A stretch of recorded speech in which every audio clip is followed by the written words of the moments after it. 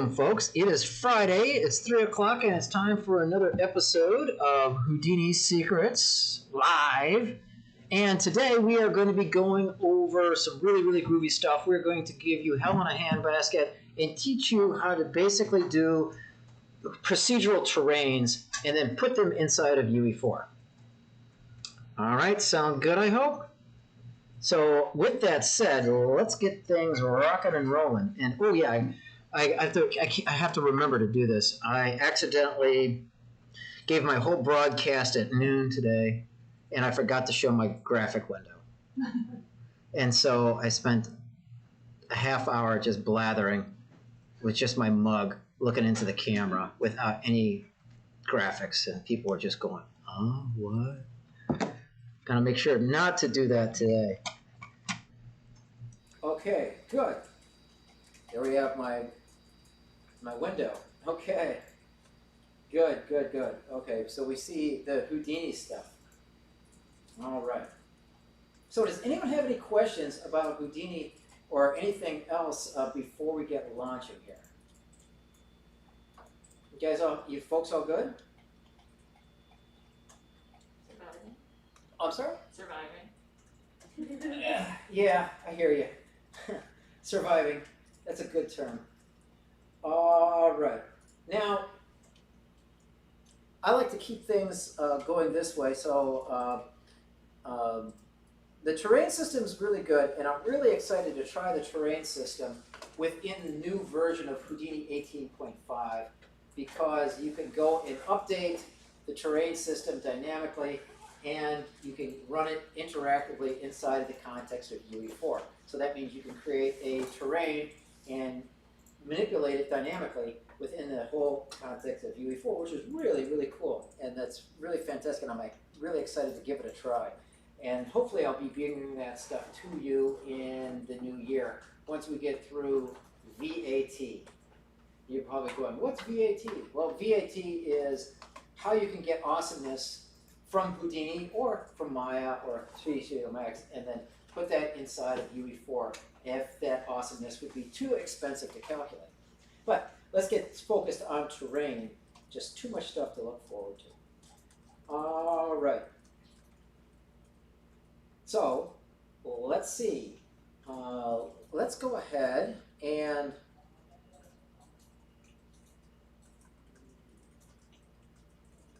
throw it on the geometry node. Oh, yes, this is actually very important. Make sure that you go to your project. Does anyone need help setting a project? Okay, because what I'm going to do is I'm just going to set our recent project to the project where we've been working from.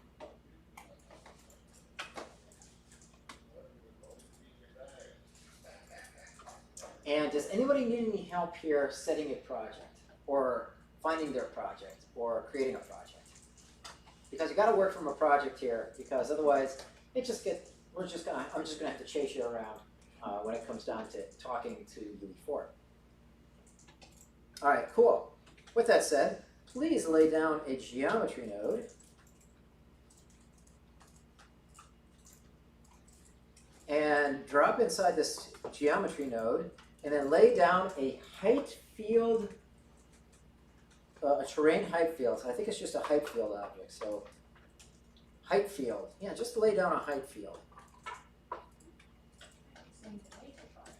And then hit the Shift H, not Shift H, Space H, to view on the whole thing.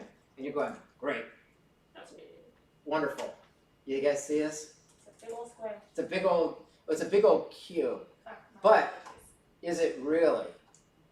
What this is really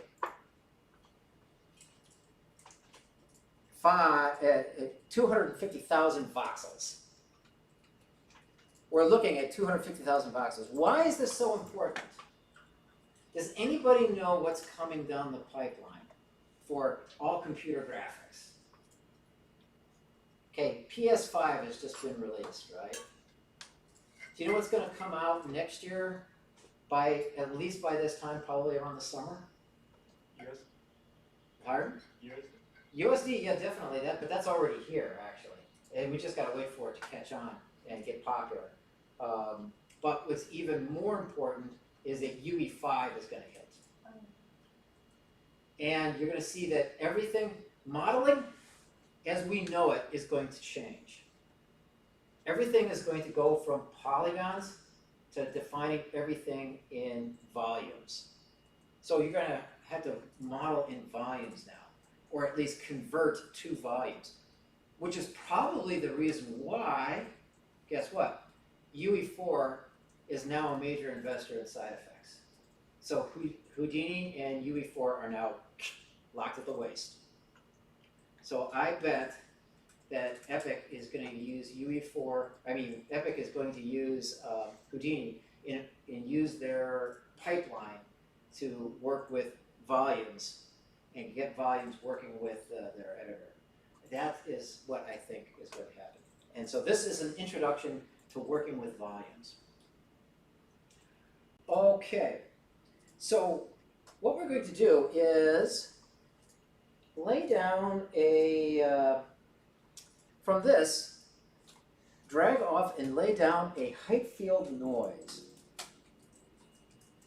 Height field, yeah, noise, there we go. And then put the display on that. And then we get some noise. And then we get some really quick terrain type. And there's another reason why I asked what's a fractal. What you're looking at is a fractal. This is a fractal. And there's lots of things you can do with it, and there are lots of different types of fractals. And what I would like you to do is to set the noise type, bless you, instead of sparse convolution, change it to whirly F1. Ooh, yes, fancy. It's like somebody scooped out some ice cream. Yeah, that's exactly what it is. Okay, now raise the amplitude to around 360. Well, actually lower it. It's at 500 now. And the offset to 20,0300.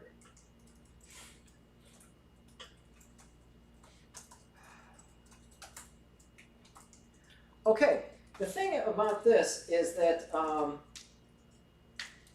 if you don't like, this is the beginning of our fractal. And this is really big. As you notice that it is 1,200 meters wide. So we're looking at over 1 kilometer of stuff here. And there's lots of good stuff.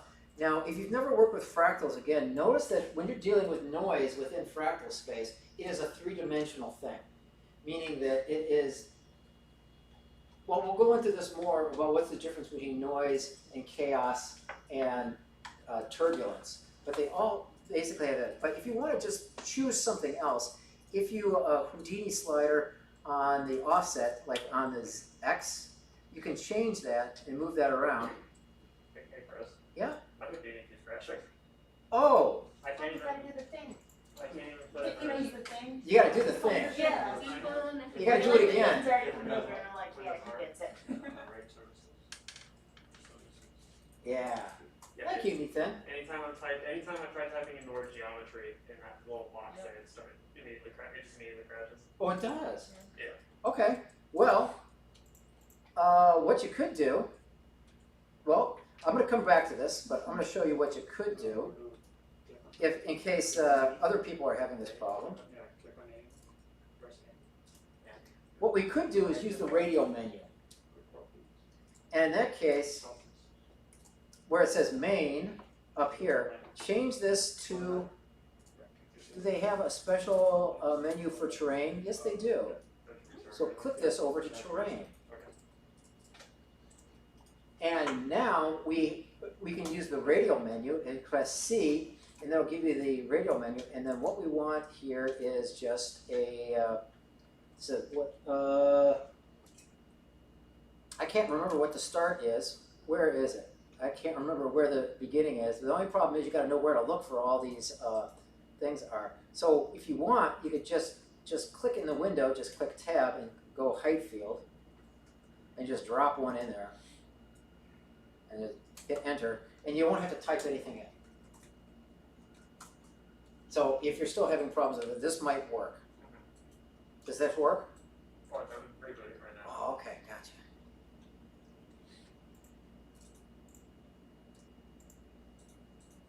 And then, once you've got that selected, you can hit the C, and then go to deform, and then you can choose noise. And there we have the same thing. Now, but we do have to double click and go into the geometry in order to start fine-tuning the height field object. Yeah, then there's the height field noise.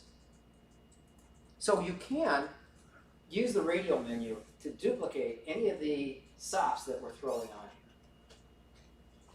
here. It is possible, although, albeit in my humble opinion, I think it's inconvenient. But I'm going to choose Whirly F1 and change the offset to 20, 0, 300. And as I was saying, you can scroll through fractal space if you want. I'm going to just Houdini slider on the X component of the offset, and I'm just going to move this. You'll see that it just moves right around here. And the same thing with the Z.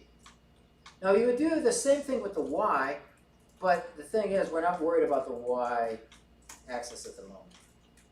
But that's just a little bit of a teaser as far as fractals are concerned. Fractals is a whole nother branch of visual effects that you could just lose yourself into. And yeah, I kind of dig fractals. Like I said, they made me money. They kept my family eating Cheetos and Pepsi. Okay, now if you got this noise, go ahead and drop off a height field blur object. I'm sorry. So blur, height field blur. Click that. And set the radius on that to 20. So it looks even more like ice cream now. Oh, it's melted slightly. Yes, it's melted slightly. And that's exactly what happened. Everything appears to be working. Oh, sweet. Excellent. Thank you very much, Tyler. Thank you for the update. That's great. Thank you for your help, Ethan. Yeah, no, thank you. Got the heart of a tech artist. I always look for the artists to dive in there to help out. Thank you very much. Much appreciated. Okay, but this is actually what we did here. What we did was we actually softened and we blurred the edges. And so we are now, instead of providing a pixel operation that you would do in Photoshop, we're now working in 3D in a volume perspective. Okay, then, if you would please, drop in a height field distort tool.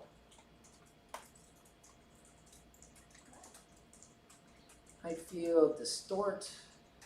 Oh, okay, what do we do? Distort by layer, distort by noise. I don't know, I can't remember. Let's try distort by layer. No, actually, I'm wrong. Try distort by noise.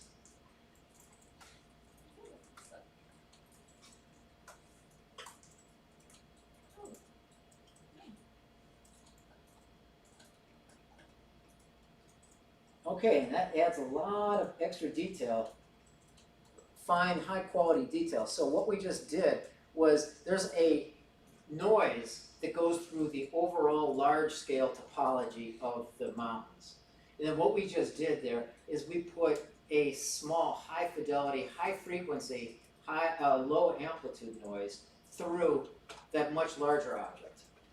So it's kind of like octaves on side of a musical. Do we have any musicians here? Okay, you guys all know that what scales are, and you move up in octaves and so forth. And you know what happens if you double your frequency but decrease your amplitude. You get more information about higher quality stuff in there. And that's just what we did in music, but we just did that to the geometry. Okay, so for this distort, set the amplitude to 40. And the element size to 220.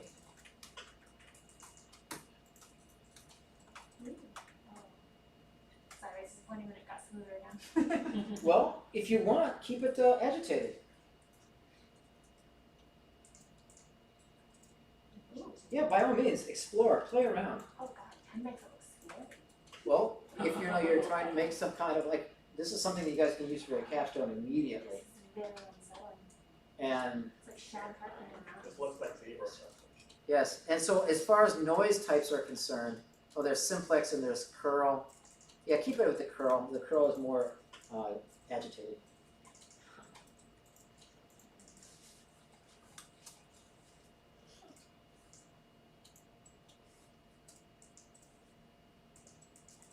Okay, now if you would please add one more height field noise to that. So height field noise.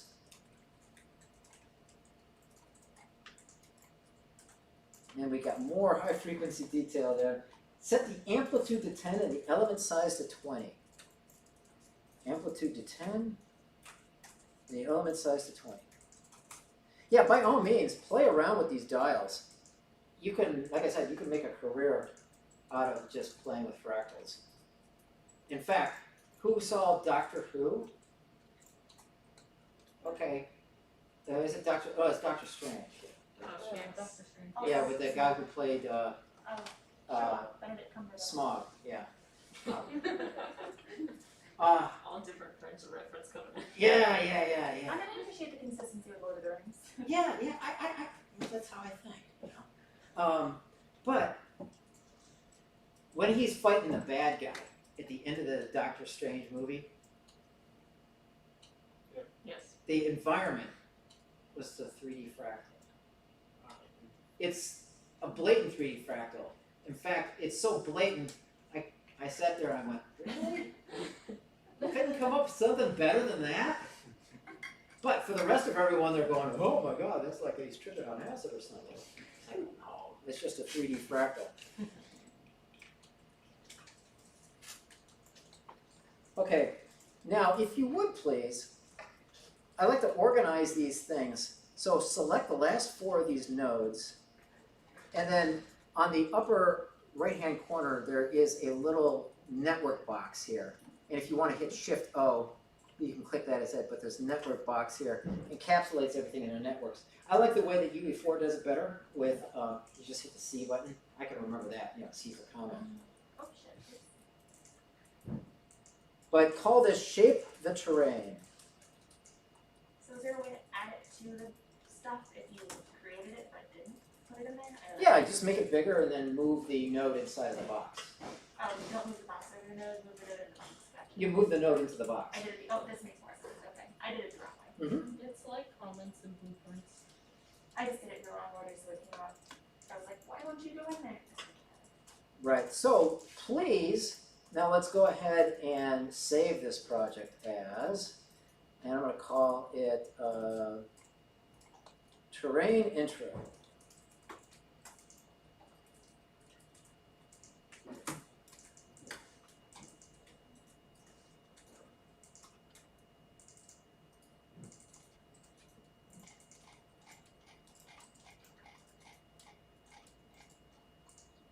Now we're going to start using, you'll notice that there is some interesting topology going on here, and there are some unique characteristics in here.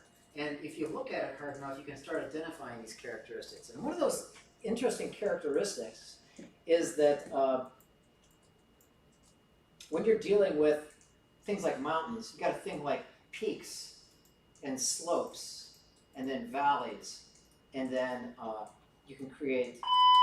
Oh, don't do this to me. No. No. Attentively, Oh, there has been please. a report of an emergency. Proceed calmly to the nearest exit and leave the building immediately. Do not use the elevator. Use stairwells where necessary. All handicapped occupants. I'm about to get very expletive on some of my live streaming here. So I'm going to leave this live streaming. So And they can watch the building for you can watch the building burn. The building's not going to burn. Attentively, We do this there all has day been a long. report of an This is so emergency. dumb. Proceed calmly to the nearest exit and actually going to bring down, you're welcome to be very sorry we left our No. stuff here. Do you know how old this building is? Mine looks like this. Off the second one. It looks like this off the second one. Oh, yeah, well, the amplitude should be 10. The amplitude should be at 10. And the limit size should be 10. But that's not how it looks. But you missed some of the parameters there. I mean, that's okay. We'll go through it when we come back, okay? It should take just a minute or two to just go through this thing. There has been a report of an emergency. Proceed calmly to the nearest exit and leave the building if used. Do not use the elevator. Use stairwells where necessary. All handicapped occupants shall All right, false alarm. evacuation plan. Okay, the joys of live broadcast. We have a false alarm. All we have to do now is compute against that beeping noise. Okay, Ethan, are you ready to rock? Yeah. Okay, so on the first height field noise, make sure that the noise type is whirly F1. Okay? Now, if you go to the height field blur underneath it, make sure that the radius is 20. And it should look like this. Does it look like that? All right. Then we go to the height field distort. Set the amplitude to 40 and the element size to 220. You got it? Does it look like this? Sweet. And now you look at the height field noise. The amplitude should be 10 and the element size 20. Yep. Okay, so does it look like that? Yeah, I think so. Okay, sweet. All right, now we're going to mask things out by features sets, and we're going to explain what these features are. So at the end of the height field noise 2, append a mask by feature SOP. Mask by feature.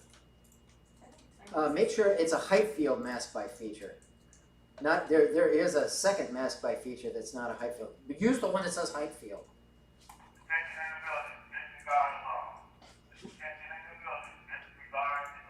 And it looks like the mountain has just gotten off the set of Carrie where she got dumped with blood. Okay, that's supposed to look like that.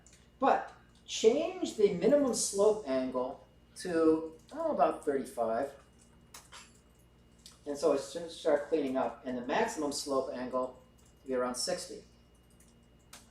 So what we just did though, we identified all the content of the terrain by its slope. We want to identify and create a mask anywhere, anything between 35 degrees and 60 degrees. We want to identify it into the focus area. Now, if you were to go and change any of the prior settings in any of the other SOPs before, it would change accordingly.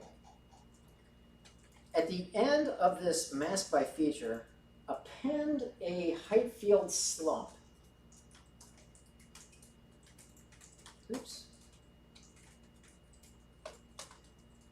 And yeah, here it is, height field slump. And it's not like he's a baseball player who's going through a bad hitting time. What does a slump actually, what does a slump actually reproduce? I think it has something to do with where water flows. Okay, simulates loose material sliding down inclines and piling at the bottom. Okay, so a whole bunch of material just slid down the mountain and rested at the bottom. So set the spread iterations to about 75. And so the slump, it affects the mask layer, and it also creates two additional groups here called the flow and the flow direction groups. And you can see those if you were to look at the, click I on the slump, you'll see down here that it created new layers. just like in Photoshop where we have flow and the flow direction. So we now have like 1, 2, 3, 4 different layers going on here. So we've got lots and lots of voxels. My terrain's not showing up when I plug it into the Slump. Did you press the purple? Now let's see. Yeah, no, the visibility is like here. What is that? Come on. I masked everything, I guess. Height field mask, okay. Oh, this is a height. Oh, this is a height field mask by feature. Okay, we got that.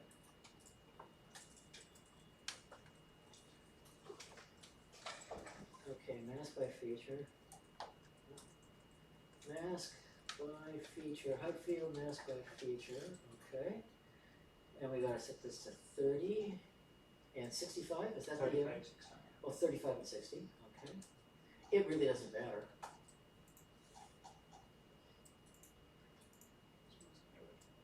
It's masking everything. Invert mask. Oh.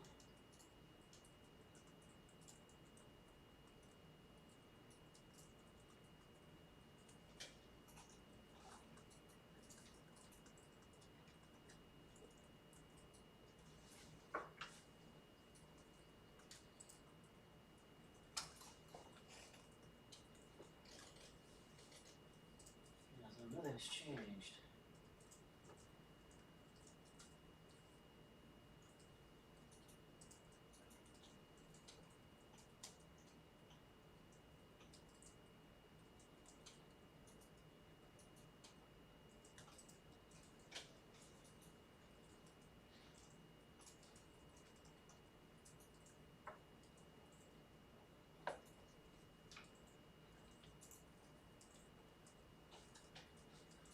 The first one, I guess it's 500. 360. This one? First, The first node? yeah, the noise one. This one? Yeah. One is 500. Amplitude is 500? I think so, yeah. That's what I had actually. Oh, okay, well, let's set that to, so the height field noise, the only thing we changed here was the whirling, so.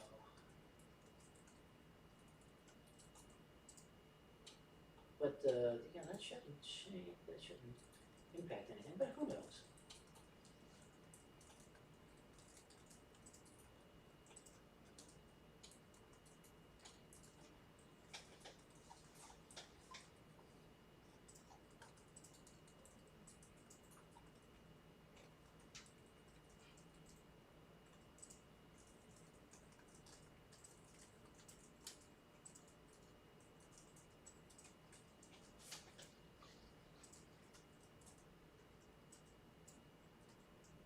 Okay, I feel what was that called again? Yeah, what was that node? Like you by mask. Mask by feature. Mask by feature.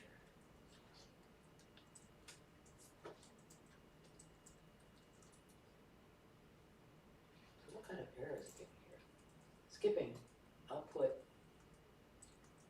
unrecognized parameter output di output idx.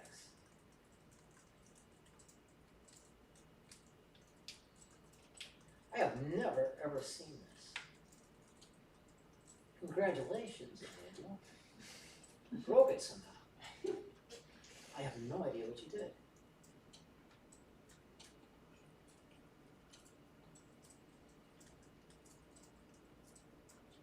Okay, well, just kind of follow along the best you can. I don't know what's up with this. I've never ever seen this before. So congratulations. You invented yet another problem.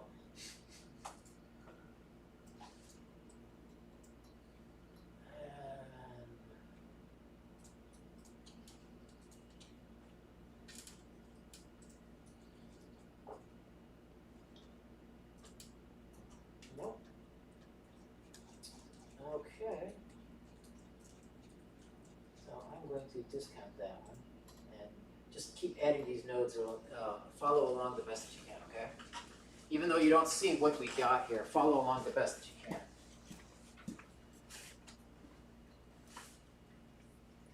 All right, thank you very much for your patience. Now, now throw down a height field slump, Emmanuel. And make sure that the slump, spread the iterations to 75.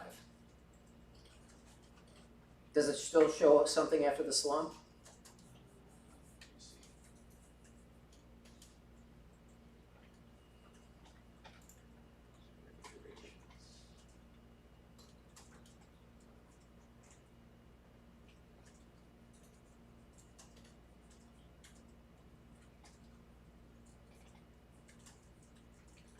Did you put on a height field slump after the mask guy feature?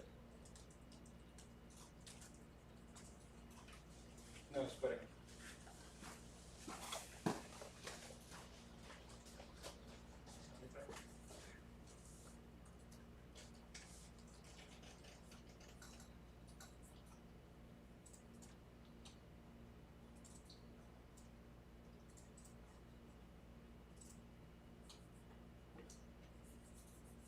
Okay, I don't understand, but every time we had an error like that, I would go ahead and reinstall Houdini after this. I have no idea what's going on here. I have never ever seen this before.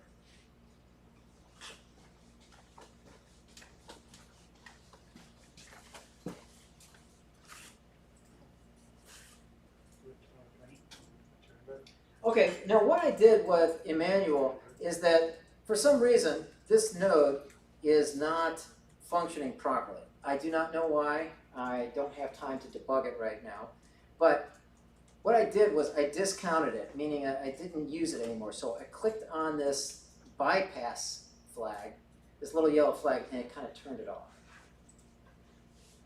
And so therefore, he's probably going to have to turn off all the next 3 nodes as well. But turning off a specific node turns off that current operation, and it gives you a chance to debug things within the context of the flow of things. So just leave it.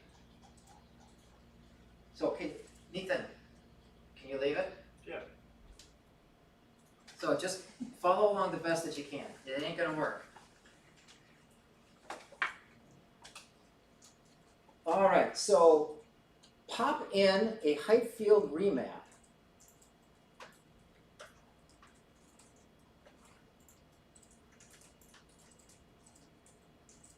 Height field remap, yep, that's it.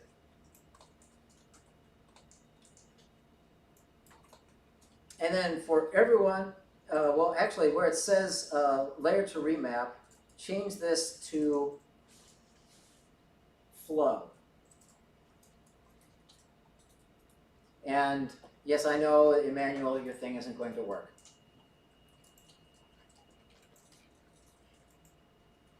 But then what you have to do is, since we've got this remap thing, and we set the layer to remap to flow, go ahead and click the compute range, and you should get a whole bunch of numbers. And so what it does is it gives you the minimum height value of 0 and the maximum height value of like 172, something like that. And what we're going to do is we're going to remap that to a new range, and we're going to set it to 0 to 1 in order to kind of like normalize these flows. So Emmanuel, go ahead and duplicate these steps here, but then click on the ignore flag.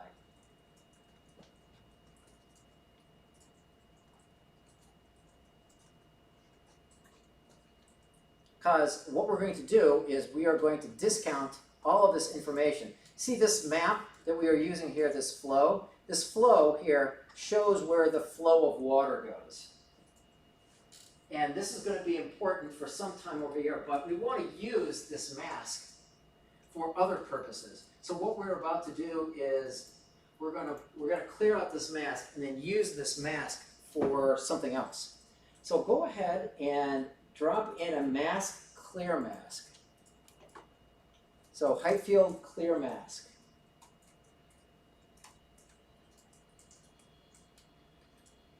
No. Oh, clear mask.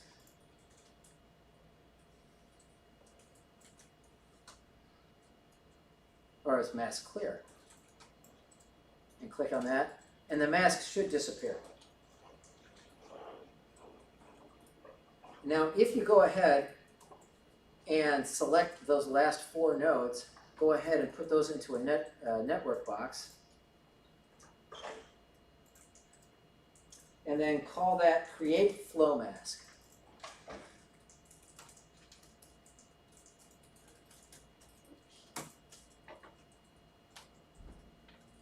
So we didn't actually change anything. All we did was we created a mask that corresponds to the flow.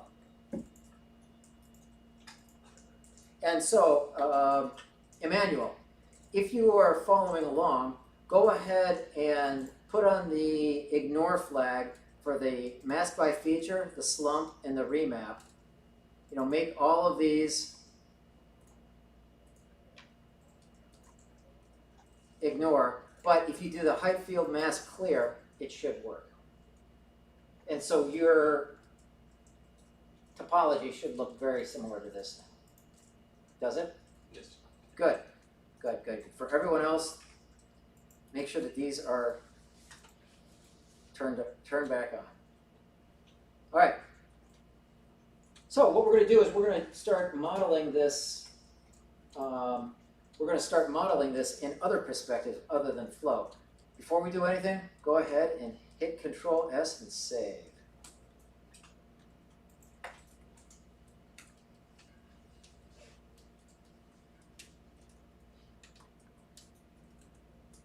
Okay, well, I think Emmanuel's going to be left out in the dark again. So sorry, dude. Hang on the best that you can, because we're going to do, you know, on this, we're going to do another mask by feature.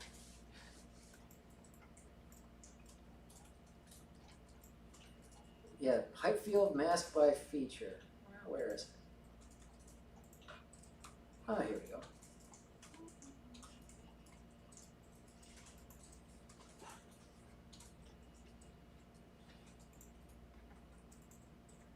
Okay, now what we're going to do is turn on the mask by, okay, we got the mask by slope, set the min angle to 0,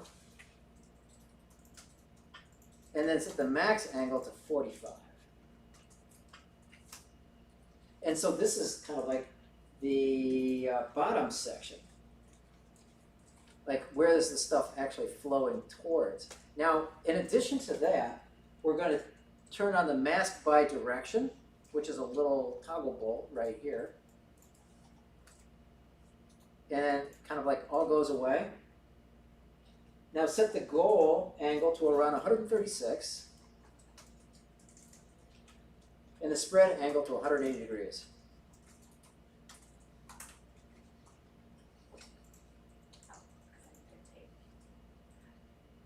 Okay, so this kind of, this mask by direction is kind of unique in that it allows you to get a north, east, west, and south direction. If you play with this goal angle and just play around with it, you'll see that it kind of rotates all around the center. So it depends on whether it's a north-facing peak, south-facing peak, or whatever. And that might influence the amount of snow that you have or the amount of terrain that you have, because weather typically goes, the north side is typically colder than the south side, well, in the northern hemisphere that is. And weather typically comes from the west towards the east. And that's something that you might want to model into your terrain. So go ahead and drop in a terrain copy layer. I'm sorry, a height fill copy layer.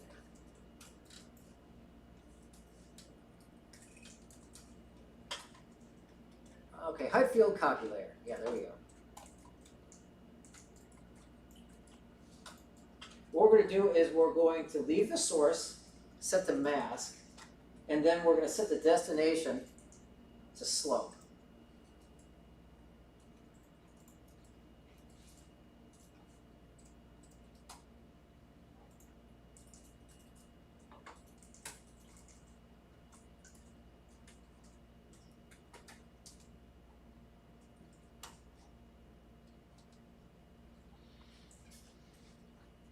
Okay, so I'm kind of confused here. Did this create, because we had mask by slope, did we end up with a slope information there? Yeah.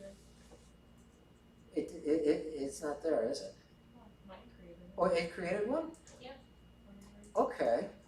Mask by slope. Okay, let me try it again. Mask by slope. Turn on, you bugger.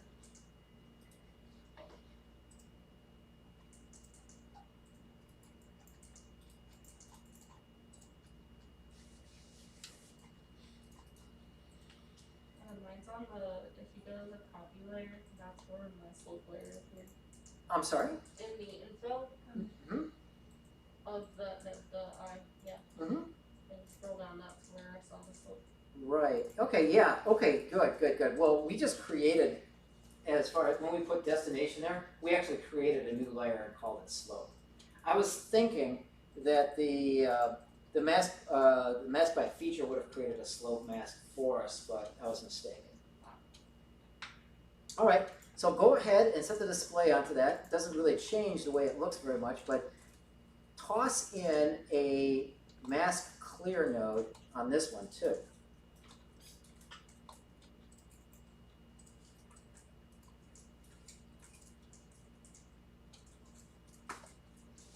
And then I'm going to go ahead, select all those, and then create a new network around them. And then I'm going to call this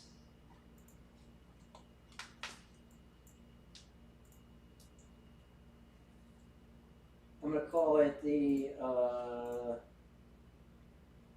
can't remember what I call it. We'll call it the slope. Because we're actually, we're creating the slopes. We'll call it the slope mask.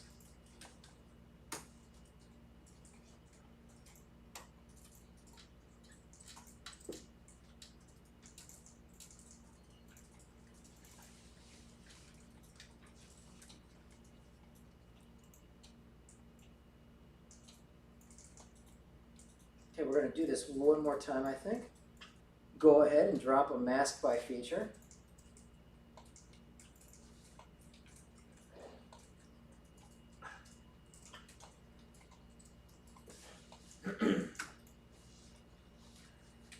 Make sure that the mask by slope is turned on. Set the the minimum slope to 0 and the max to 70. So it almost looks like the whole thing is covered. But now this time we're going to identify the peaks and the valleys. So press the mask by curvature button. And then set the max curvature to 0.5.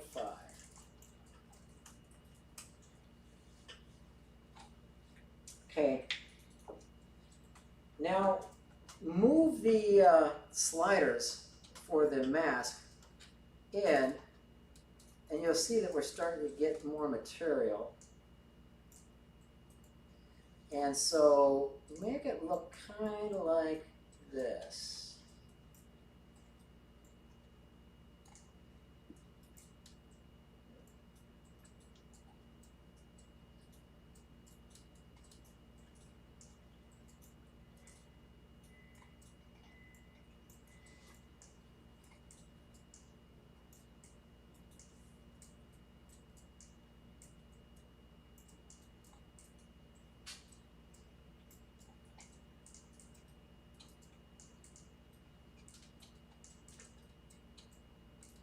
So what this identified is the actual peaks and the flat valleys. So anything that is the highest peak or the highest, the most pointy parts and the flattest parts, it identified.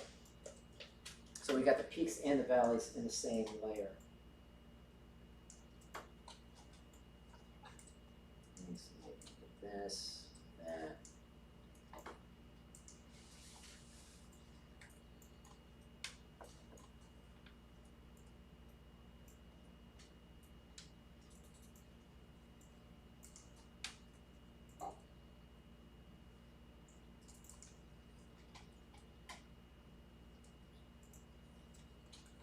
Okay, once again, choose a height field copy layer.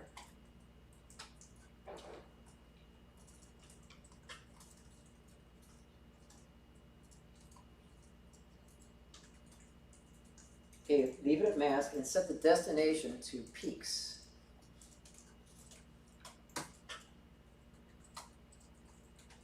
And then drop in yet another mask clear mask, or a mask clear height field.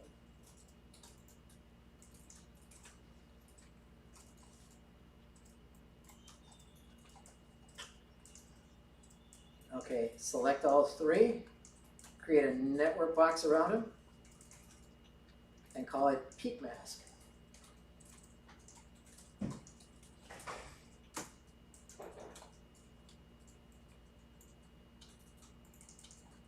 Okay, now we got 3 layers that have all been derived from masks, and then in the next step we're going to use it to help visualize the actual terrain.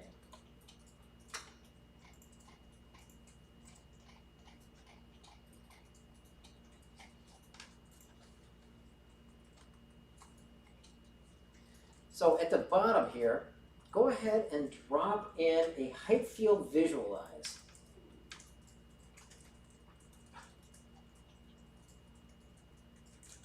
Visualize, it's way at the bottom. And it starts to look like colors, yay! But we're gonna map those colors to the masks that we just created.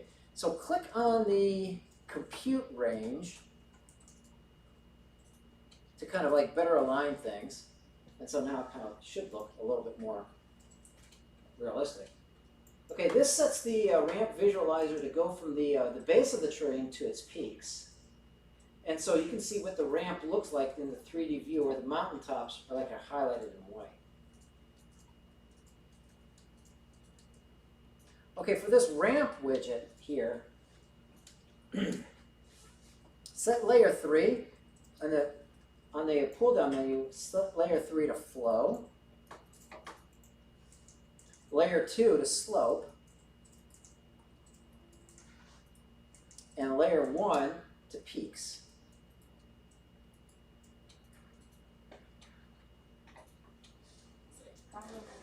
And so now we're back onto the psychedelia.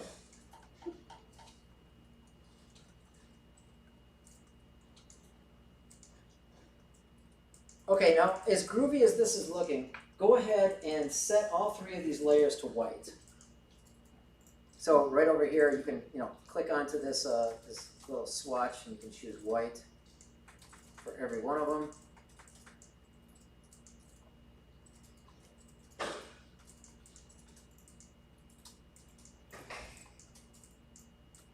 Oh, that's not right.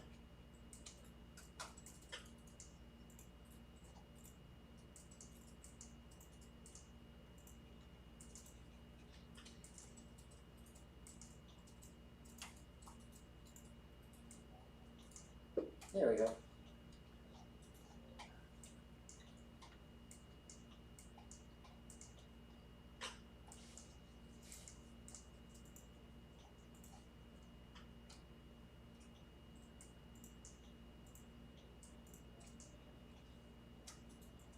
Okay, now we've got lots of colorful information here, but we're going to simplify our visualization.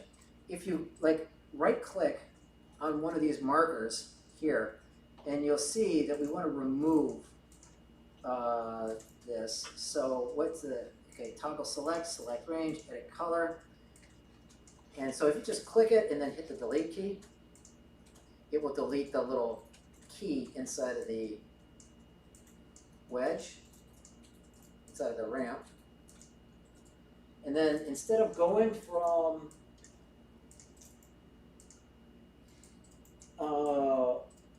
white to, or what it looks like orange to white, make it go from dark gray to black.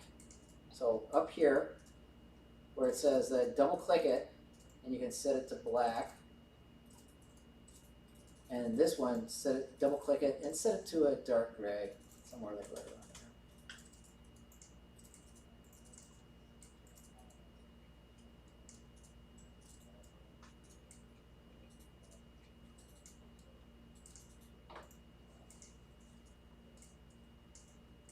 Okay, go ahead and save your work.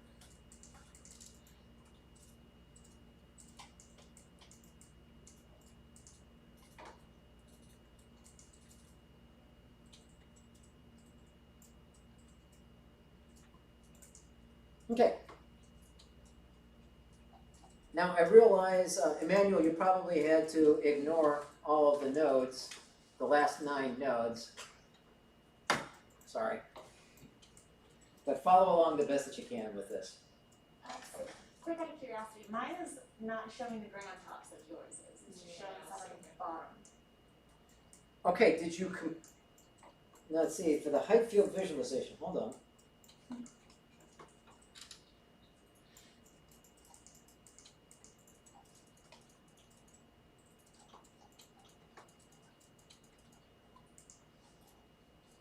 So let's see what it looks like.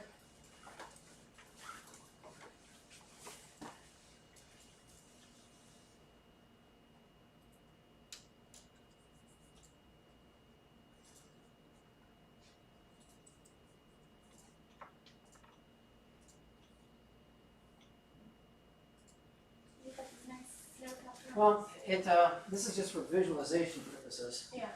So this isn't going to be the way it looks. It's just a way of identifying things. But is your min elevation around like 248 negative? No, but can I just manually set that? You can. Fabulous.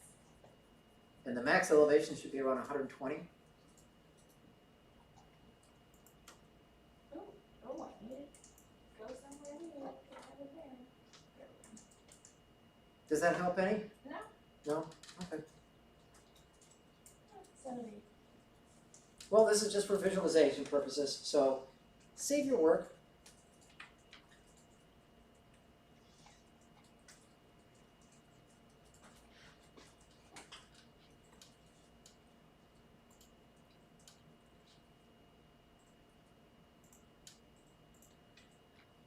Now what we're going to do is we've got the masks created on here and we've got the visualization set. So what we're going to do is we're going to go back up into the chain and then modify things. And Emmanuel, you shouldn't have any problems in for this. So if you would please, go ahead and insert, right around here where we've got the second noise. Make sure to go ahead and turn its display on, so we should be right back to where we begin. Now, drop in between the height field noise and the mask by feature, drop in a height field remap.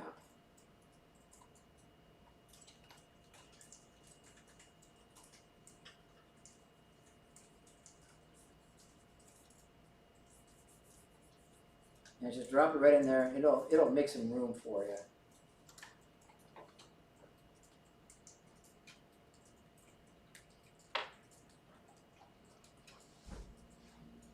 Now, go ahead and hit the compute range button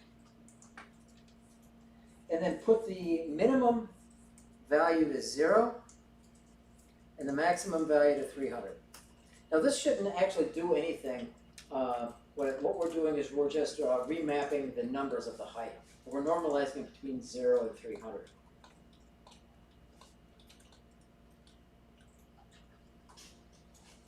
Now, what we're going to do here is we're going to use this remap wedge in order to sculpt a terrain or a road into this mountain here.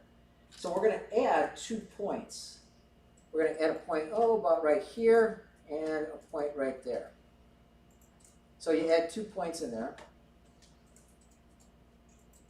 Oh, we got this height field remap. And you'll see that things change. But here, change it so that point 2 has this point here, has a position of about 0.3 and a value of 0.25.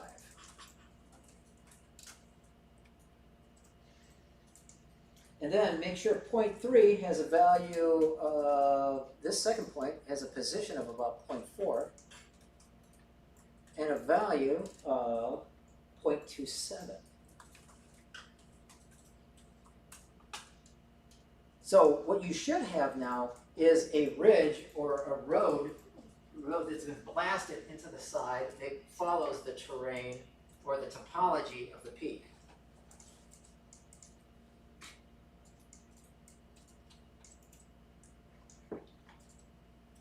Okay, since anyone's not getting that, including you, Emmanuel, you should be able to get this. Excellent.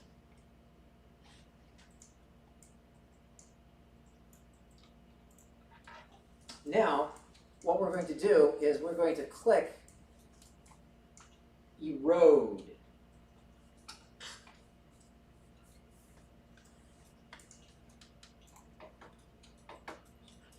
Erode. Height field erode. And drop that in between. Click on the click the display on there. Now come over here to where it says visualization.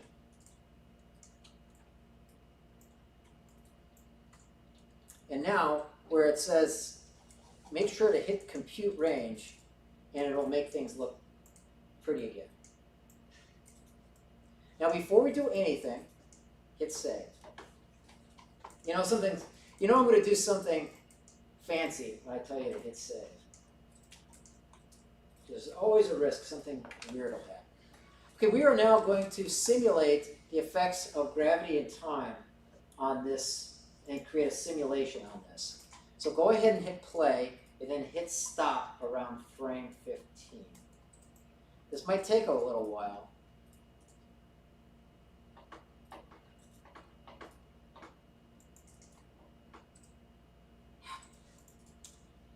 I left it at 16. That's fine. But you can always backtrack. It clicks at 15, stop at 17. Yeah, but you can. Oh, I know. I have the technology. Yes, you do.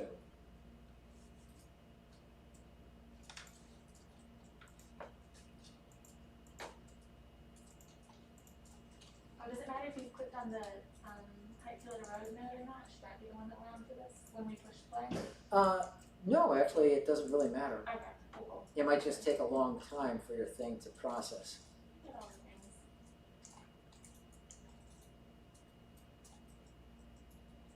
Okay, now go back and put the visualization display flag on.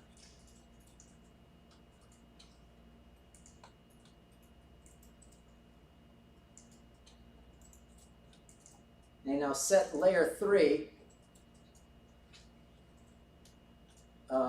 For the visualization. Now set layer 3 instead of flow, set it to water.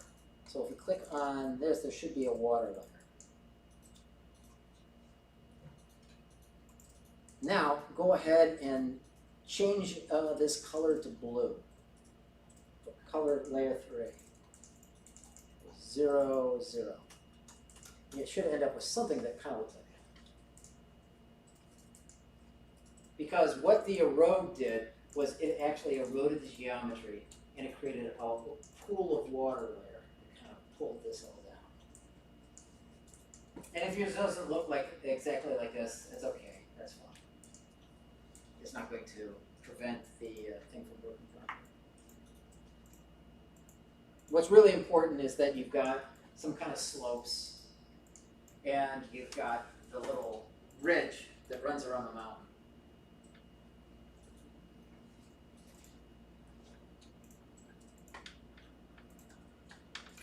Okay, anybody have any questions or anyone stuck with anything? Go ahead and save yet once again.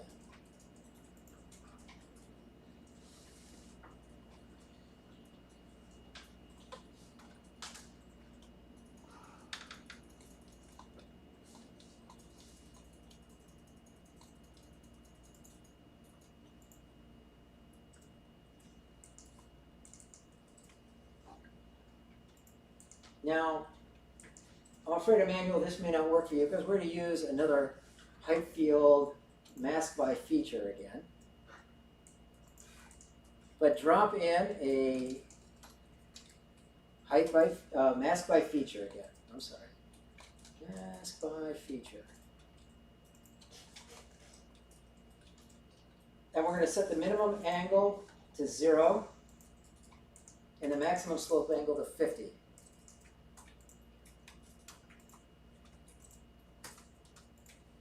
Set the display on that. And now, where it says mask by height, click that on,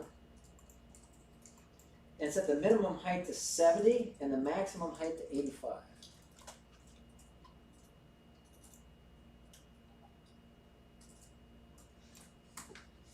So now you should see the ridge kind of like identified in a specific mask. Now, if you didn't like the settings on that, you could always adjust the minimum height and your maximum height to either increase the size of your red area or your mask, or you could reduce it.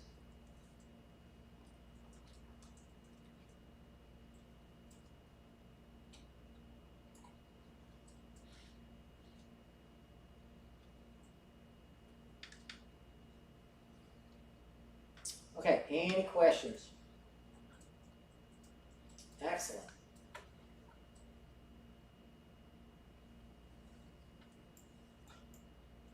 All right, now append to this mask by feature a scatter node, a height field scatter. Yeah, make sure it's height field scatter, not a regular scatter. Yeah, that'll make it disappear. Yeah. So let's see. Okay. Now at the bottom there should be a little clicky click thing here. It says keep incoming terrain.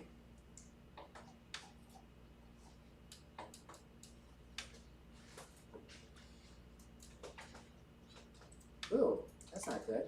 Match normals to the terrain. Oh, I remember what has to go here. Now, this height field scatter has 3 inputs.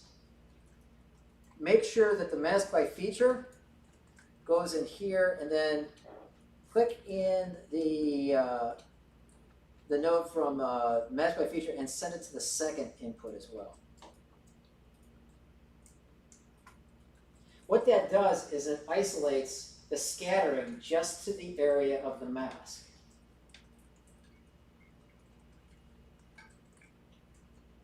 Now, if you click on the keep incoming terrain, you can turn that off. And then you can see all the points that got created. There are a lot of points there.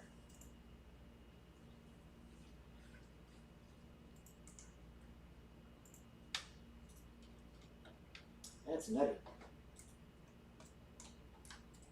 So let's see, let's reduce that overall number of points to something a little bit more manageable.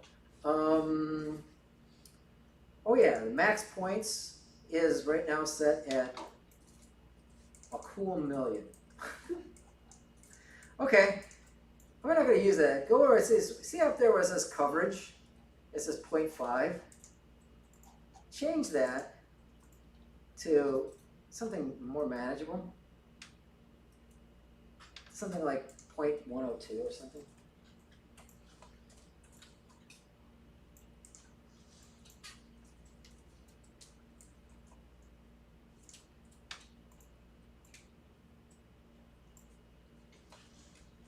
Okay, anyone have any problems getting these points out?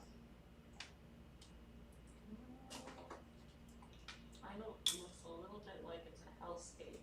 I'm not sure how this Oops. Oh man, I just roached this monitor. Oh, do I? Quick trade, IT person, Houdini person, that's No, what. no, no. Got out of IT. Don't drag me back in. Don't drag me down, Bruce. Okay, and I lost everything. We'll find it.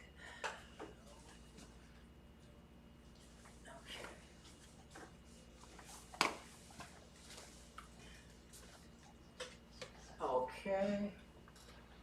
Height field scatter, my mask, the other mask. Oh wow, your mask is not there. Height field visualize. Okay, height field mask. Oh, min height, max height. Let's try.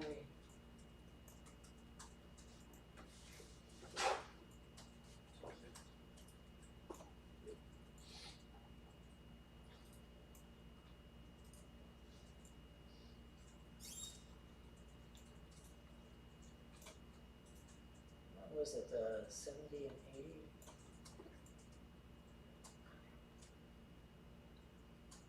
I can't remember. Let me. 85. Oh, what were the nodes for the mask by feature?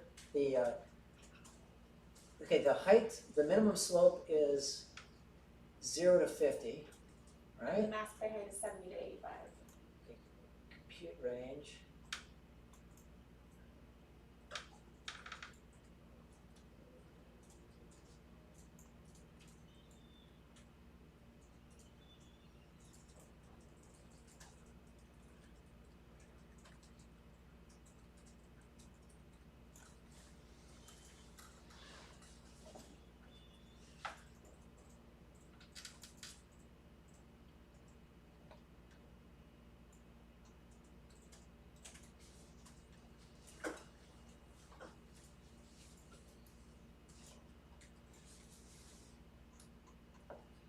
I do not know. Well, but that works. And you've got little dots on the peak. Keep the increment trend down. And there they are. I do not know why I have to debug your progress on things. At hand, I don't know why. But you've got the dots on there, and so that's exactly what we want. Cool. All right, does anybody know what we're going to do with those dots? We're going to play Johnny Appleseed. We're going to plant trees out. So, someplace else other than your height field scatter. Oh, where is this? Hello, do I even have? Can I even get? Oh, okay, great. Okay. All right. All right. Okay. All right.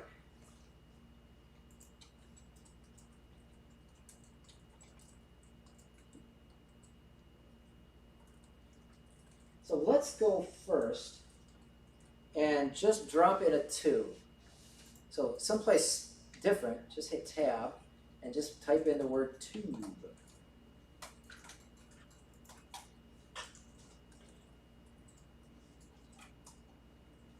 And then change its primitive type to polygons.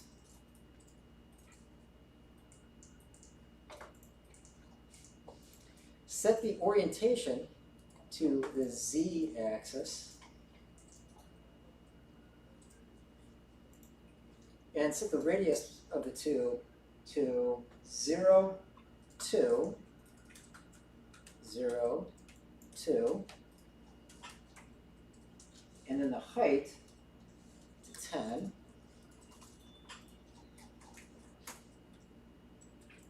And then the center should be 0, 0, 5.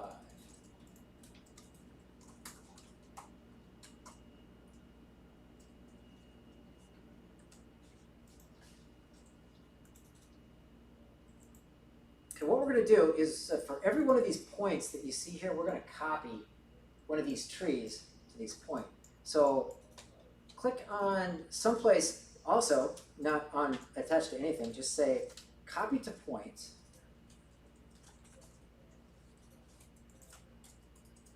And let's see, this is geometry to copy, and this is the points to copy too. So if we drag the scatter node and put this on the second input, and this tube onto the first input,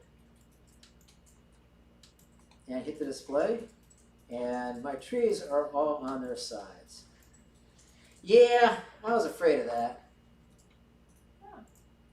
They've been drinking. They've been drinking. Yeah, that's because, yeah, this tutorial doesn't necessarily, right. So let's go ahead and, off of the tube, put down a transform sop.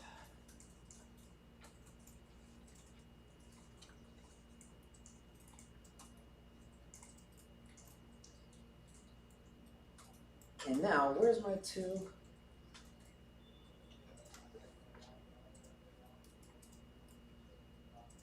There it is. So I'm going to just rotate my tube. So we're on the z-axis. So if we rotate the, here it is, transform, and if we rotate it on the x-axis 90 degrees, negative 90 degrees, and then hit the copy to points.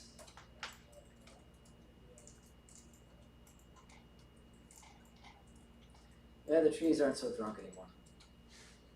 But they're following along the contours of the slope of that. Now you might want that, or you might want it to point straight up. Depends on what you like.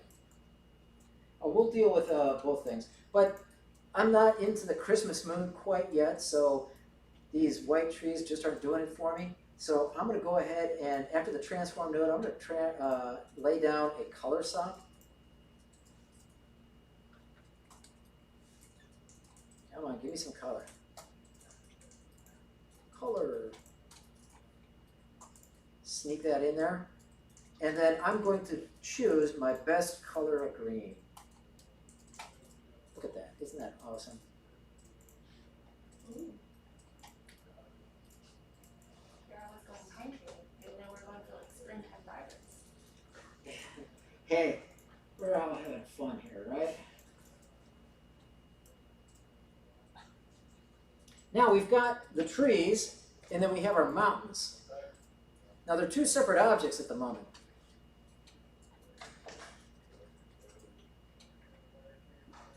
So we're going to combine them back together again by where he has this copy to points. Go ahead and drop in a merge node in here and put the trees onto the merge node, and then the height field visualize and plug that in there as well. And set the display on that.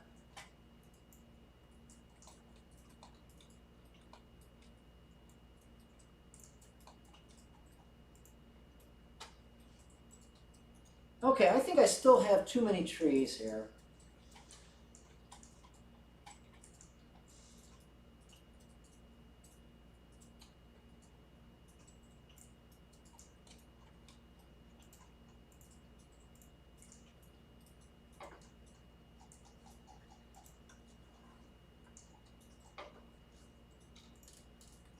Okay, suppose if we did want to straighten them out.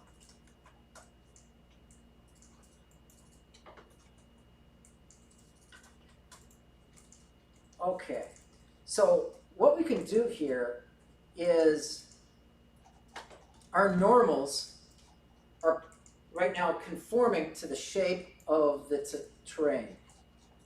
So where it says height field scatter, click that, and at the bottom it says match normals with terrain and match normals with slope. See what happens if we turn those off.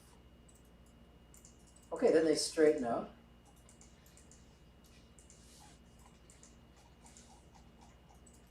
And then, yeah, they straighten out. You'll need to unclick the normals of terrain though, for them to straighten out. Yes, yes. Also, is there a reason they changed color? I do not know why. I don't know why, I'm sorry. No, I'm just curious. Yes, this is strange. It's like they got turned inside out or something. Oh, this is important. I forgot to do this. Click on the copy to points. Make sure to click on pack and instance. Oh, no, no. No, they're still nutty looking. I saw the bright green of the highlight thing and I got all excited. Yeah, they're still not as kind of puke green as they were before.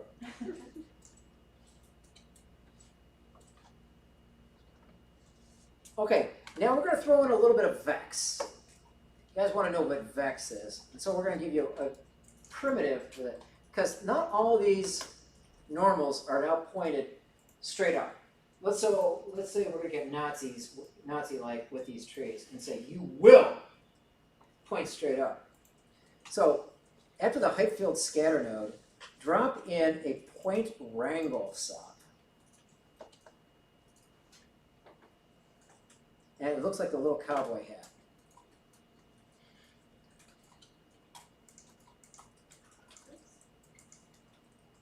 Okay, Okay, now we are going to type in some vex.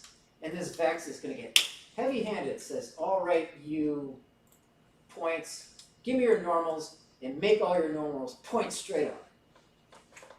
And we do that by typing in this little command.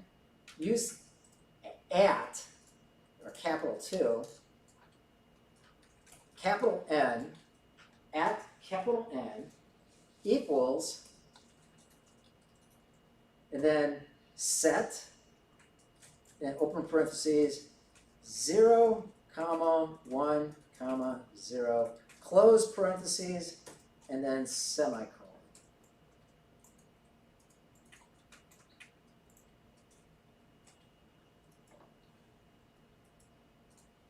Okay, now we force these buggers to stand straight up. Oh, okay.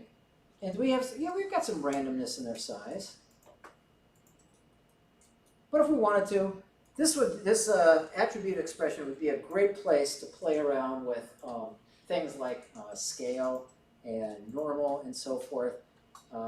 So if we wanted to set variations in the scale, I don't know if this will work or not, but try at p scale equals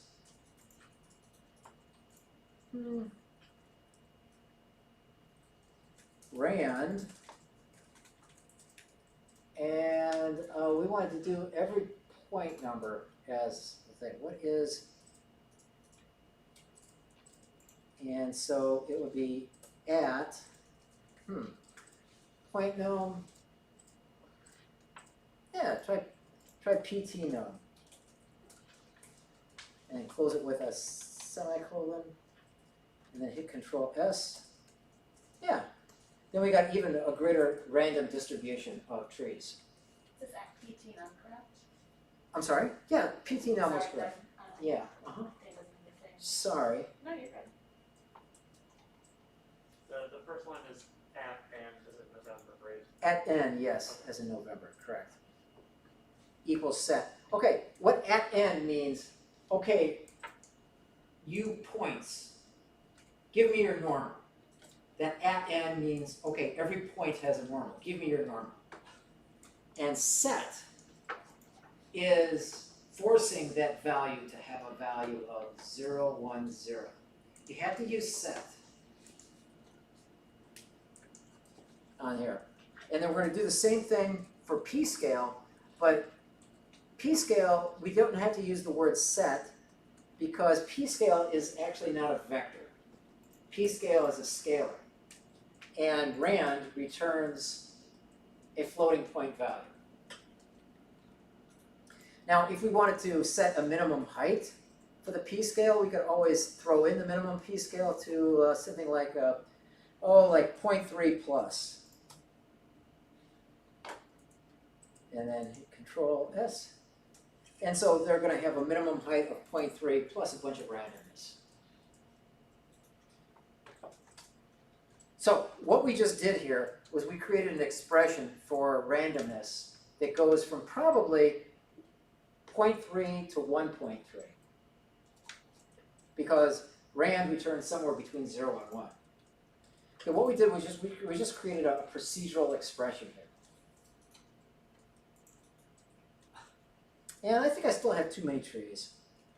And so I'm going to go up to my height field scatter and reduce that amount. Or if you want, you can go crazy. You can add more trees. It's up to you.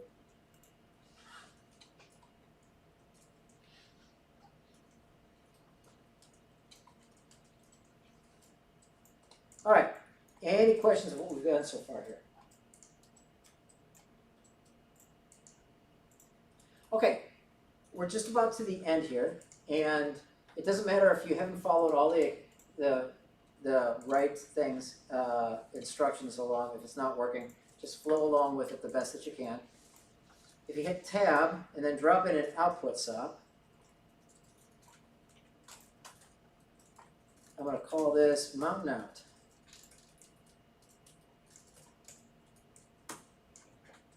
You can call it Mountain Dew if you're like Fantastic. Do the mountain. Hit save, Control S.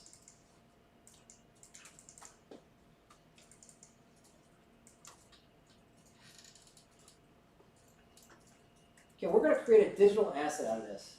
Does anybody remember how to create a digital asset? Put it in a box. Put the whole thing in a box, exactly. So select all of these nodes, or if you're really feeling lazy, just hit Control A and it does the same thing. And then put it in the box, exactly. Clicking on this little box, create a subnet. It's really got to think about this one. Yeah, it does. Or it was like, yeah, some cubes, I'll take those. Oh, there it goes. Did anyone's machine crash? Not yet. Not yet? Not yet. So it's still thinking? No, it's done. Yeah. Oh, it's done? Is anyone still thinking? Okay, brain's still thinking. It's still thinking? Okay, oh, there we go. Oh, great. Yeah. Woohoo! Oh, there it goes. Good. Save it.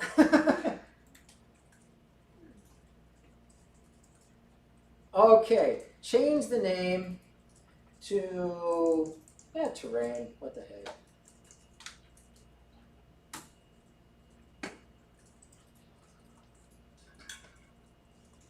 Now, middle mouse click the terrain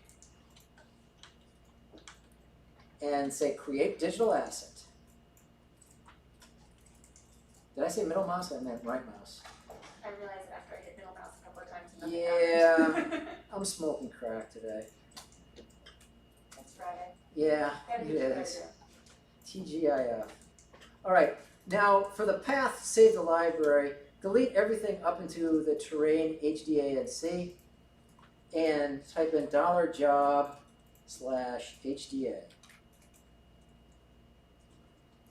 And then click accept.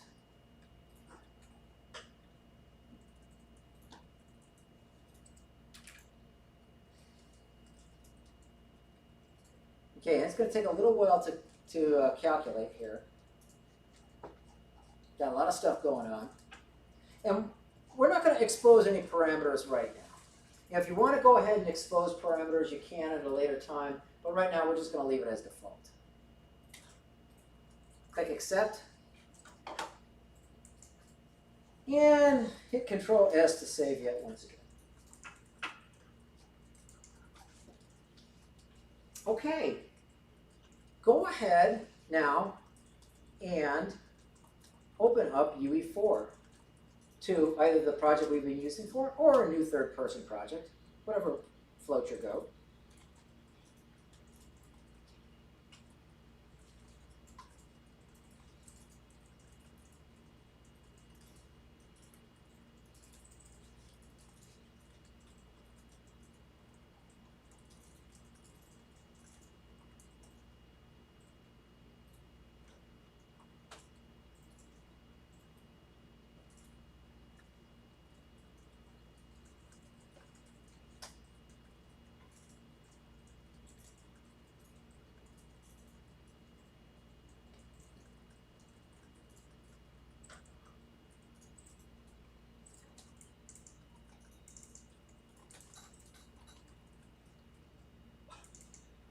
Okay, anyone still bringing up UE4?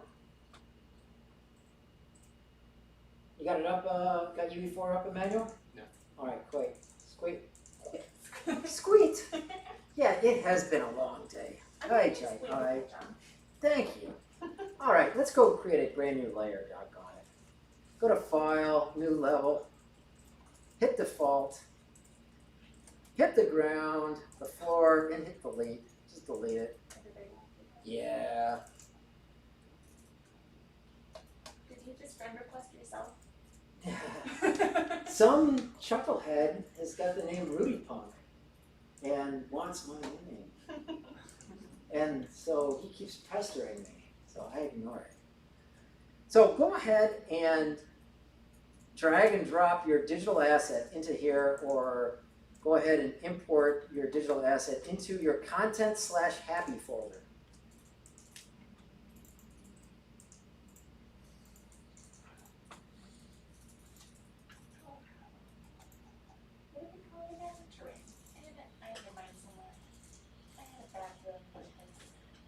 find it. Yeah. It's not a problem. So go ahead and load it in. And then once you load it in, now this will take a couple moments. Go ahead and throw in your digital asset, and this will make UE4 crunch for a while. Now, did you find your digital asset? No, I gotta I'll figure out find how to it. find it. That's no worries. What you can do is go into Houdini and right-click and go into the type properties, and there it is. So you can see that, that's not what I wanted to do. But that's where it is. That's fine. So, Okay, anybody else having troubles finding their digital asset? I'm sorry? Oh, here, there's an easy way to find it. Open up Houdini. Oh, yeah, there it is. And all oh wait, now I just opened it, I'm an idiot, I meant to import it, I was so excited I found it. that. Gotcha.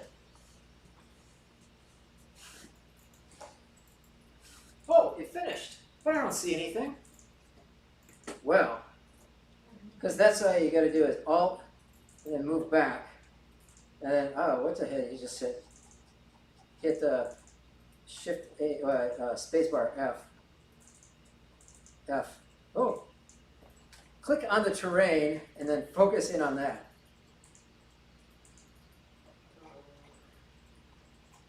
It's big. It's really big. I'm just showing the Houdini icon. Yeah. Oh. It didn't cook. I think. Is it done flashing? It doesn't look like it's thinking anymore. Okay. It's just. Mine's thinking real time, it's even like wrapping up its engines. Oh, it's revving your engines. That's a good sign. Oh, it's very smart. Kind of hanging out there. Yeah. Shit. Oh, it's still not done yet. What's up? It's still thinking. Ah. I think it is. How do you know if it's still thinking? Because the little light, where it's that little cap, which is show available to viewers, that whole thing should flash. But let's see, Windows. Oh, I'm like way too close to it. Yeah. You might be under your landscape, that's where I was. No, this is just showing the. No, it's just. Oh, really not there. never mind, I was just like so far under it that I have no idea. It happens, so slowly.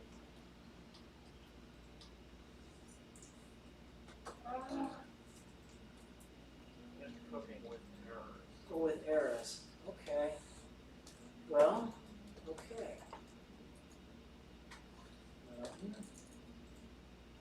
Well, look at yours. How clean and nice it is.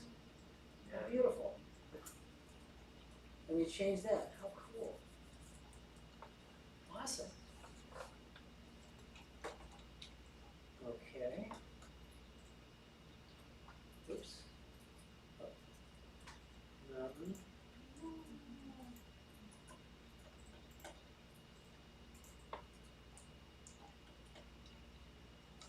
Save asset. Ah, no. Okay, what did I do?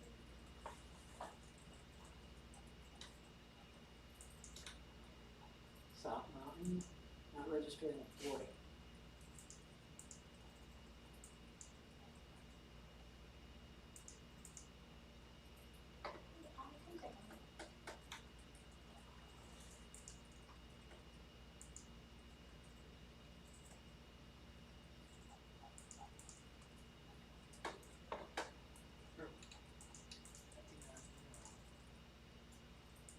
So does anything work?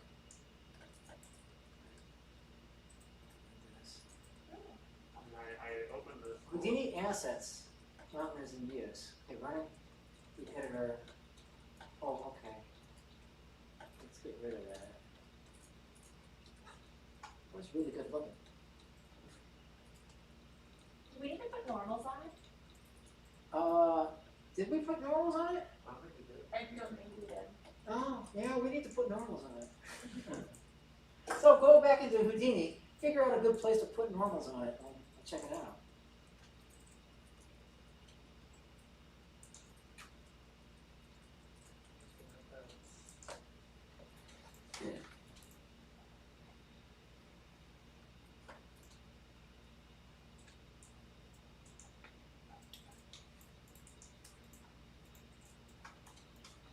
I know what it says.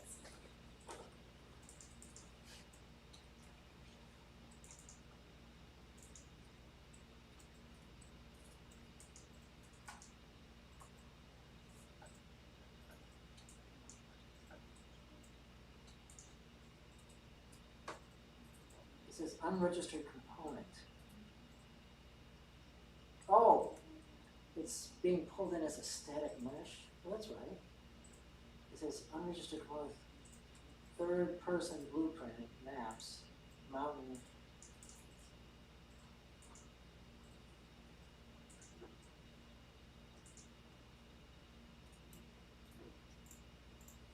Strange. Are you trying to like reboot a UE4? No, I don't think that's bad. Let's try something radical.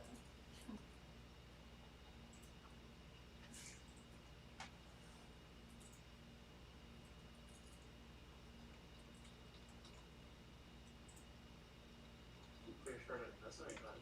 No, everything's looking great.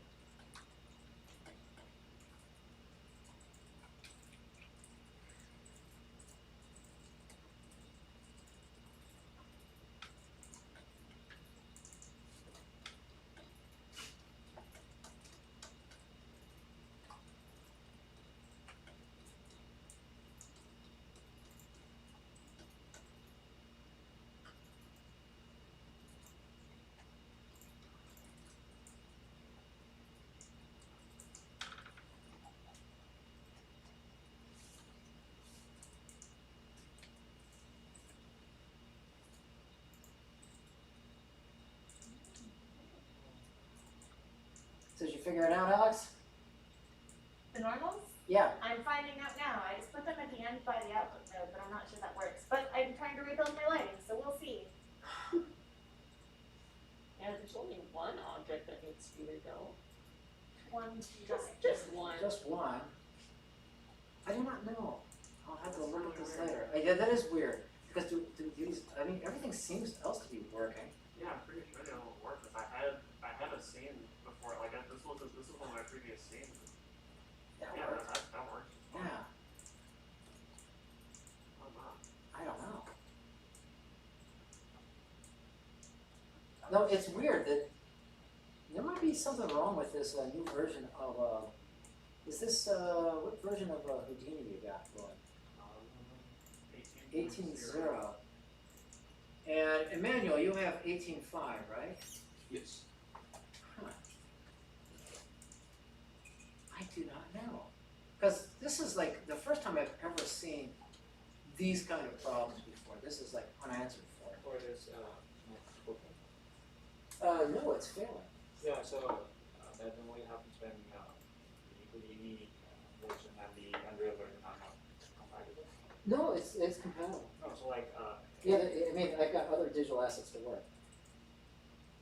in same machine. Yeah, on the same scene. Yeah, exactly. That's what I thought it was at first, that there was some kind of licensing issue. Because like Houdini has 4 versions of Unreal in it. Yeah, it's easy to get these all confused. I can try. Yeah. messing around with it, see if I can get it to show up. Yeah, sorry about that. No, it's all good. But Emmanuel, if you if you were to go and move the mountains to were you able to get in? Oh, you got something. Great, perfect. Yeah. So where'd you put the normal? I just stuck it here by the end. Okay, that's probably a good idea. After the merge node, and then I just put normal. Yeah, I think that's a great idea. Was there anything else I was supposed to do to it though? Like change the add normals to or anything like that? I kind of forgot. No, I think you did right. So Sweet. I just put a normal.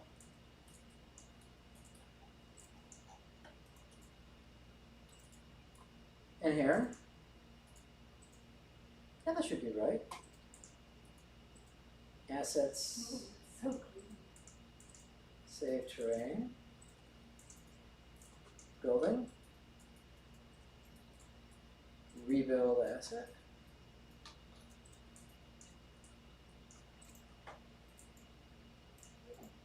Oh, the trees and the mountains are separate.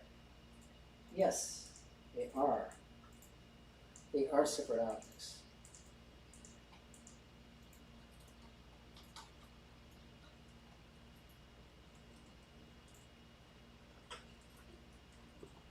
Okay, so if you go and find your player start,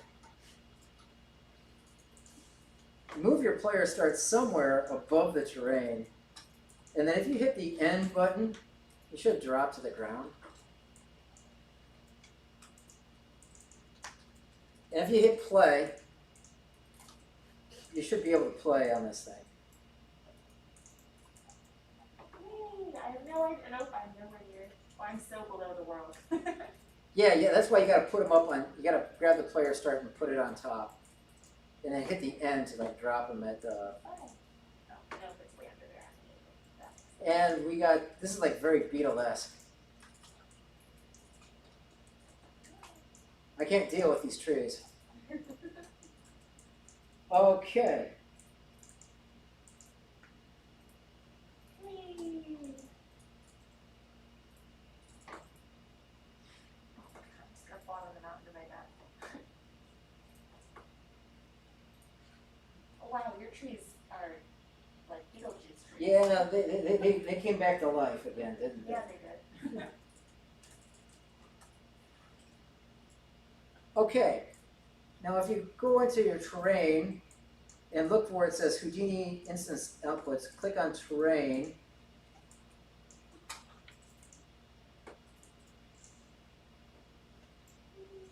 You should see the cones, and like I said, the cones, they gotta go. I'm gonna go and hit the terrain instance, I'm gonna go and select bushes. I got it to show up. You got it to show up, what'd you do? I just re-exported it. No way! I put the normal in there, just grabbed it and saved it as a new asset, and that just won't work. I don't know. Dude, you rock! That's awesome! Okay, but now I got munchkin trees on here. Wait, when did you do this again? I'm sorry. I was So too where it busy. says Houdini instance output inputs, I clicked on the terrain 1.3, and where it says, well, it has a picture of my epically modeled tree, and I'm going to change that epically modeled tree to SM bush. But it's a munchkin tree right now, so I'm going to go and move the scale offset to, oh, I don't know, 3. Yeah, make it 6. What the heck?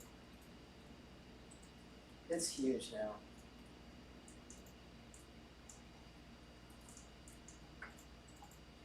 Ooh, look at that checkerboard square. It's like we stepped off of a ska band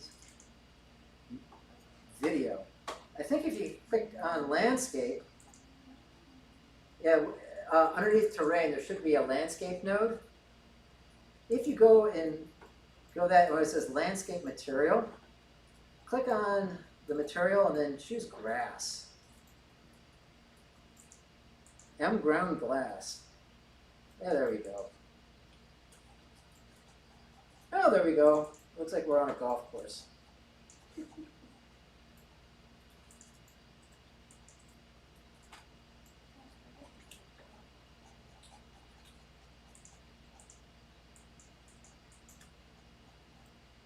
It kind of like makes me want to start singing Sound of Music, doesn't it? The hills are alive. Is there a reason my bushes wouldn't show up? I do not know. Let's see. Are you grabbing the instance tab? Yes.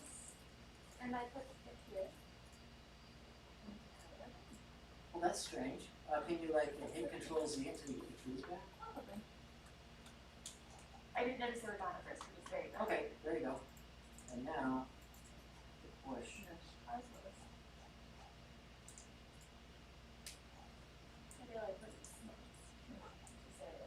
Oh, they are.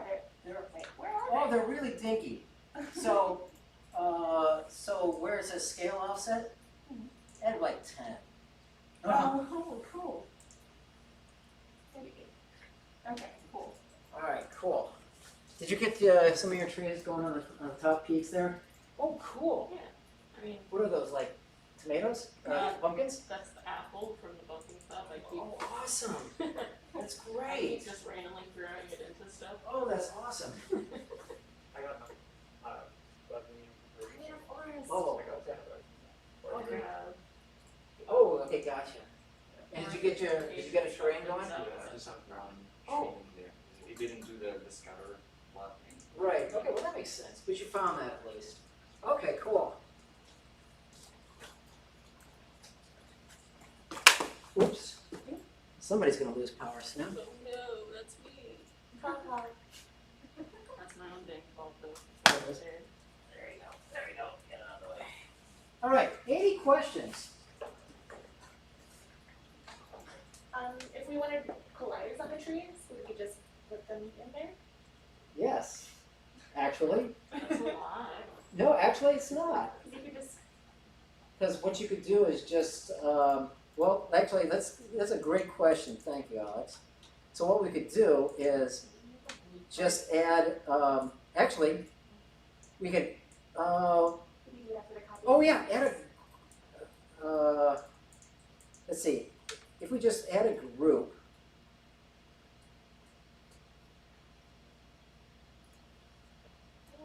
to this, and what was the group name?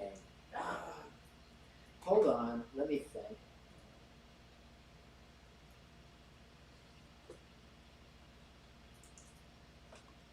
I have my notes here.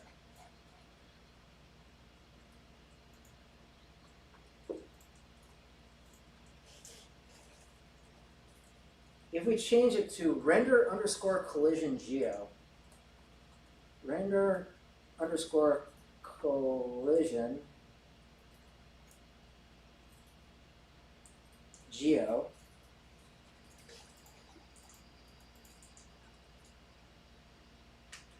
and then put base group with star. So everything goes into there. So the whole group is in there. Yep, render collision geo 12 primitives, yep, that's it. And now if we go ahead, assets save, terrain.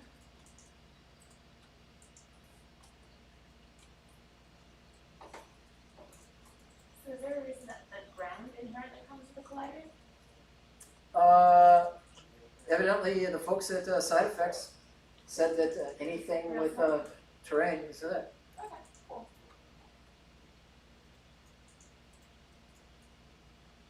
Okay, so it's cooking.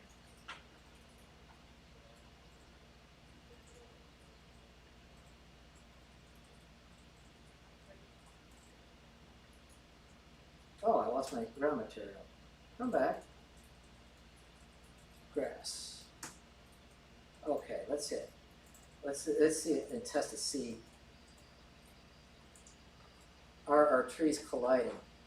But oh, I bet we lost the collisions because we're no longer using. Yeah, we lost our collisions because we changed our geometry. Aye. So, I bet we could still come up with an idea. How do you think we could get around this? You can move them.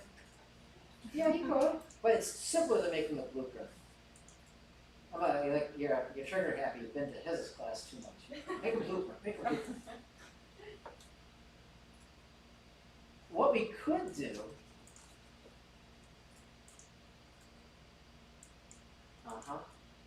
Is for every tree that gets created, put like a box, and then export those boxes as separate objects other than the trees.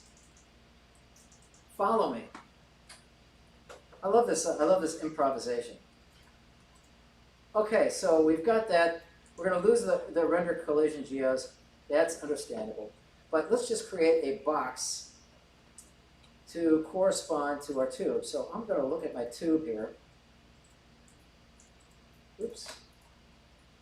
Okay, so I have my tube and a transform there. So I'm going to just create a box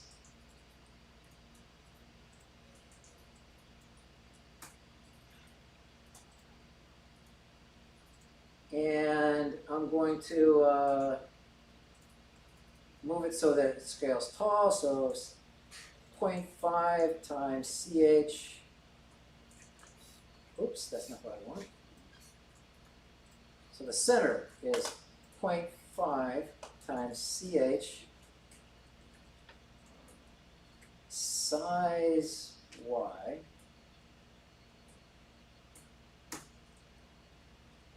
Okay, and then my height, my size.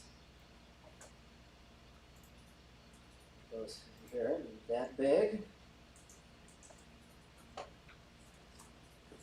And let's see, well, let's make it 10 by 10 as well. So it's really big. Because, there it goes. This sucker's going to be encapsulated. We don't want anyone coming close to our trees, damn it.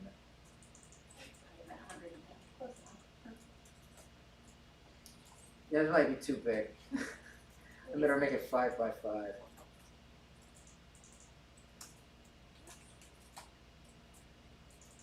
Is that still too big?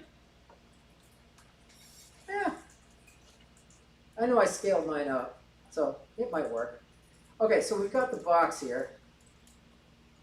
So what I'm going to do is create a duplicate of this copy to points. I'm going to hit Alt, and then I'm going to drag this out here. And then where we did the box, or we had the group 1 going in. Oh, that's right, we've got to create a group for this box.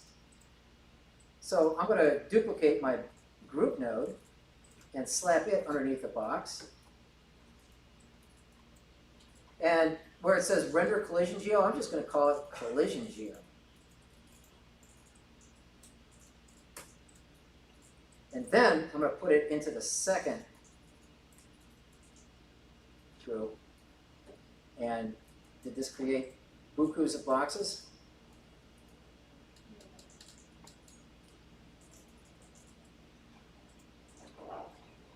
Yes, it did. And there are all of my bounding boxes. Now what I'm going to do is I'm just going to, since we've got a merge node in there, I'm just going to toss these in here as well. So right now, the boxes are obscuring the trees. That's okay.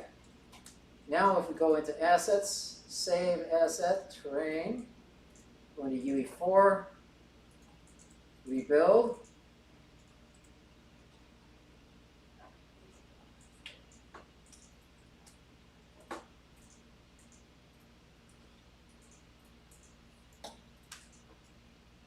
Why does that?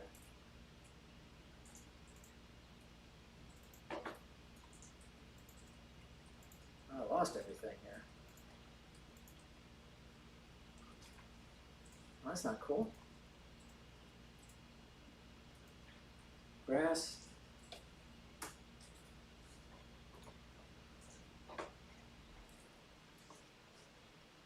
And I see bounding boxes around my tree, but they should have been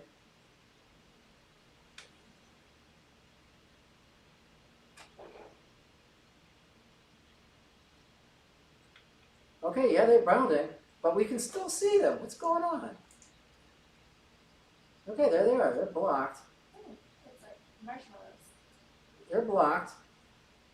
So let's go to this terrain and go to the instance. No, that was the terrain, the instance inputs. There it is. There's the terrain in there. Let's see.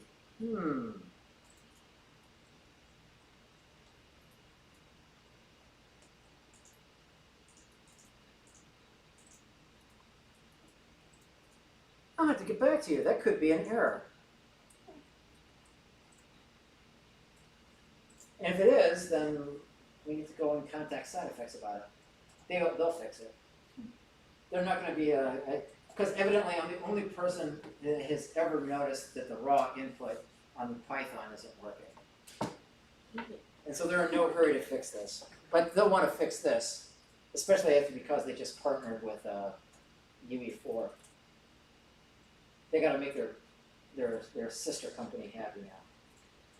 So I guess I don't understand why you thought they would be invisible. Well, that's because we set these to a group and called it collision geo. And you call something collision geo, it doesn't render. Oh, and everyone's rendered. Okay, that makes sense. Cool. But I wonder if we set the order on the merge so that they're first and not last. So I'm going to move the copy to point, the second one, up to the very front, and then try this. because this might be a sorting issue. Sorting issues happen all the time in games. All right, let's try that. Do we save? Assets, save assets, terrain. All right, now let's rebuild.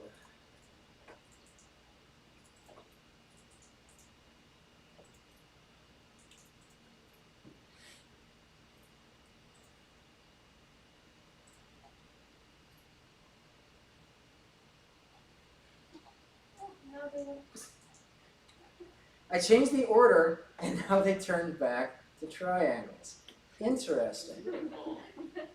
So there is a sorting issue going on here. Oh, because we changed the sort order, it's replacing the boxes with the bushes instead of the pins with the bushes. Aha! But we can still see them. Oh, but, okay, so, let's see. Yes, you're right. So, okay, we're going to revert this back to normal. We're going to revert this back. But we can still see those damn boxes. Okay. Yeah, this is a sorting issue. I'm going to have to contact side effects about this. All right, go ahead and hit save. Save everything. And if you can, over the break, over the next month, try to play around with Houdini. Look around if there's any aspects that you want me to go ahead and explain for a Houdini session. I'll be happy to kind of like go into it. Because otherwise, I'm just going to tend to focus on what I'm interested in. And that's either into procedural world creation or creating massive crowds inside UE4. Which is all kind of voodoo stuff right now. You talked about vertex animation too, right? Yes, we will do vertex animation when we get back. Absolutely. Yes, I have to show you guys, I have to show you folks vertex animation. Vertex animation is really important. If you're going to go into visual effects, you must know vertex animation. And if not in Houdini, then with anything else, but it's the same concept over and over again. Okay, great. Well, thank you very much. I'm going to go ahead and wrap up this broadcast. So Tom told me to ask you if I can ask you about accessing the masks in Unreal for assigning splat maps. For what? He said, can you ask him about accessing the masks in Unreal for assigning splat maps? Spline masks? Splat maps. Oh, splat masks? Yes, splat maps. Oh, splat maps. Yes. Sorry. Yes, absolutely. If he wants to, I'll be happy to. Yeah, I've already got a lesson made up for that. Yeah, I was actually gonna ask, is like the mountain in Houdini looks really cool on the like snowy stuff. I was gonna say, like, is there a way to just make it look like that in UE4? Yeah. Yeah, if you if we bake that to the point colors and then import that, you know, it just has a simple points without using any kind of material on it. But then make sure to put textures, put a texture on it. It looks like you can also do, I'm to go between now, sorry, collision geosimple, and that should do the thing that we need. There's like a whole naming convention. Oh, okay, great. Did it work? I don't know, I have to try it now. He's telling me all the things. Yes, if Tom wants to know how to create splat maps, I'll be happy to.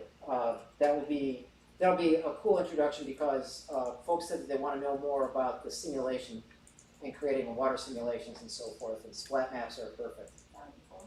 Yeah. All right, great. Thank you very much.